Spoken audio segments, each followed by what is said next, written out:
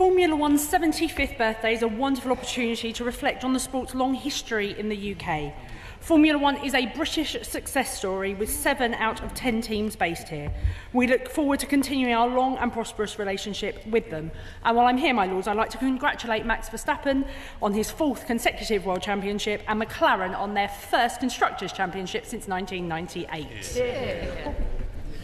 My lords, Formula One is indeed a great British success story. British drivers have won the World Championship more than drivers from any other nation. As the noble lady says, we're home to 7 of the 10 Formula One teams, not just homegrown talent like McLaren, whom I also congratulate on their title, but also attracting teams from around the world like Mercedes, Alpine and soon to be Cadillac.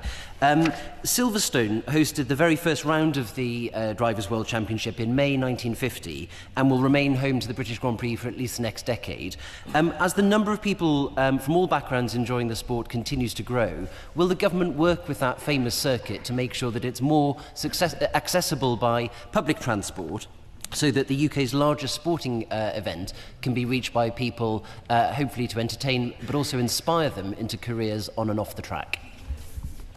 I fully echo the noble Lord's comments regarding Formula One as a British success story and completely agree with him about accessibility of Silverstone.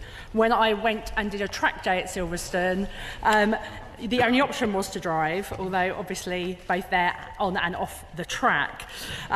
In terms of next steps, the government is always pleased to see sports venues exploring new ways to improve public transport access, and we look forward to Silverstone and others developing such plans. If the noble Lord would like me to continue to have conversations with the Department of Transport, I'm more than happy to facilitate.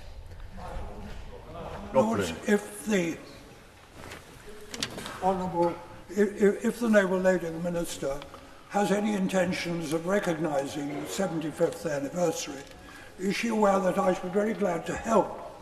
Because I suppose I'm almost the only member of your Lordship's House who was president at the Grand Prix of Europe in May 1950. Which was won by Giuseppe Farina in a 158 Alfa Romeo. Brilliant. My lords, I was born in 1979, so that was a challenge. I thank and celebrate the noble Lord for his work with the Grand Prix and ensuring with his work then that the Grand Prix is such an incredible success story, both here and internationally. And I'm more than happy to work with the noble Lord, and we'll go back to the department to ensure that he is involved in the conversations the department has about celebrating the Grand Prix going forward.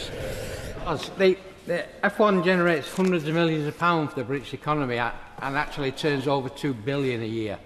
And it is a fantastic success. So could I ask the Minister to consider 2 things? One, would the Minister try to press for the Silverstone Grand Prix of 2025 to be made free to air to maximise the British public's chance to watch that Grand Prix live and not have to pay?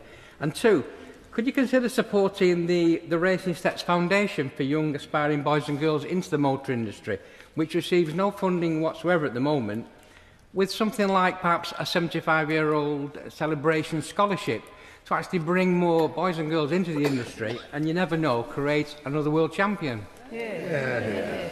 Very good. My lords, in terms of the Racing Steps charity, I'd be more than happy to meet with them to discuss, and arrange for the Minister of Sport to meet with them to discuss next options. And in terms of celebrating the role of Silverstone, that is everything that and the Grand Prix and free to air. My lords, I fell in love with the Grand Prix because it was free to air, and I think there are conversations to be had about making sure that significant moments in British sport have access. However, obviously there is currently a commercial agreement where Channel 4 gets to see the highlights, which I, like others, would have watched of the Abu Dhabi Grand Prix at the weekend. Minister, agree that looking at the success of Formula One, it has been achieved mainly by not having a government regulator. Absolutely. Does that draw lessons for the government on other sports? My Lords, everyone, all members of your Lordship's House will appreciate that that Formula One is highly regulated as health and safety and wider issues, and we will explore appropriate governance arrangements for every sport as and where appropriate.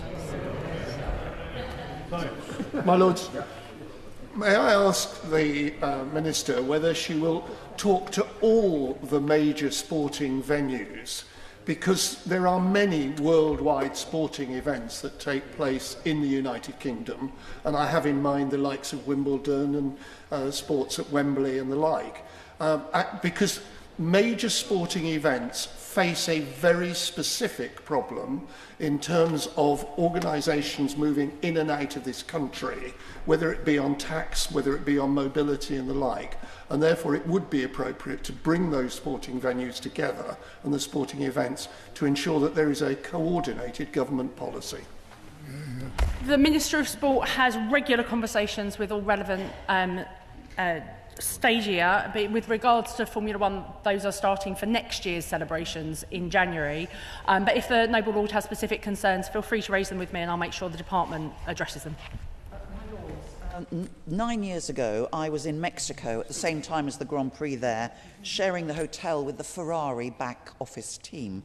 And I got stranded at the hotel because the disability taxi failed to turn up. After 36 hours without sleep, 3 of the team worked with me to solve the problem, help me rebook my flight. I have a picture in front of their Ferrari. My next car is definitely going to be a Ferrari. Can the Minister say that we need to recognise the support of the back office teams who are often invisible, but in this particular circumstance, it is unusual for a Grand Prix team to help somebody in a wheelchair? They were brilliant.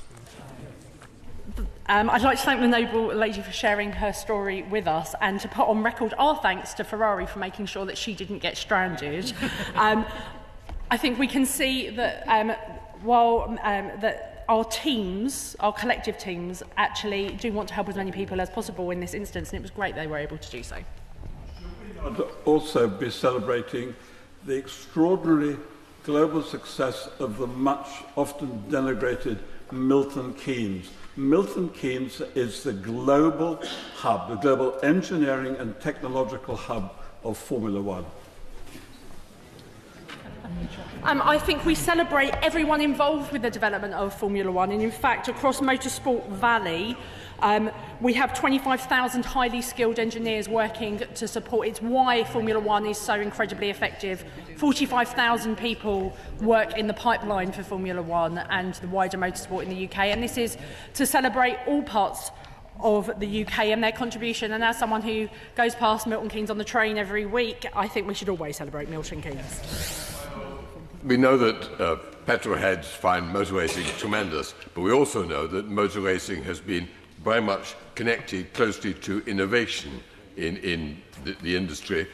Are there any plans for experimenting with racing with cars that might be powered by electricity or hydrogen in the future?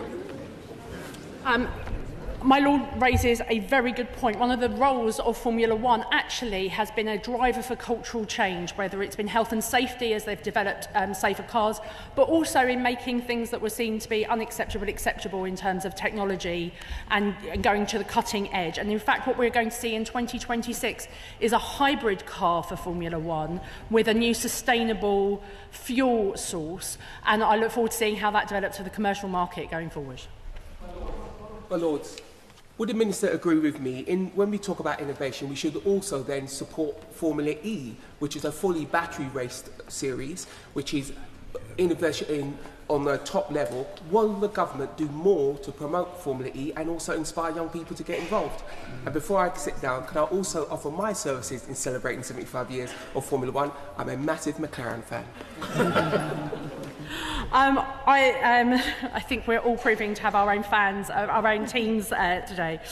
Personally, I started with Damon Hill, so this is In terms of Formula E, it is a significant development. We've actually seen the wider Formula One pipeline, whether it's been from Formula E to actually my favourite of the new, or I think one of the most, also very important, is the Formula One Academy programme as well, to encourage women to come through. We've got Mission 44 as well, which is to encourage more diversity engagement. Every part of society and how Formula One can be a case for developing wider participation and engagement, but also in a sustainable way, needs to be celebrated. The Minister of Sport is meeting with the industry in January to talk about how we can frame that through the provision, through the celebration of 75 years of Formula One.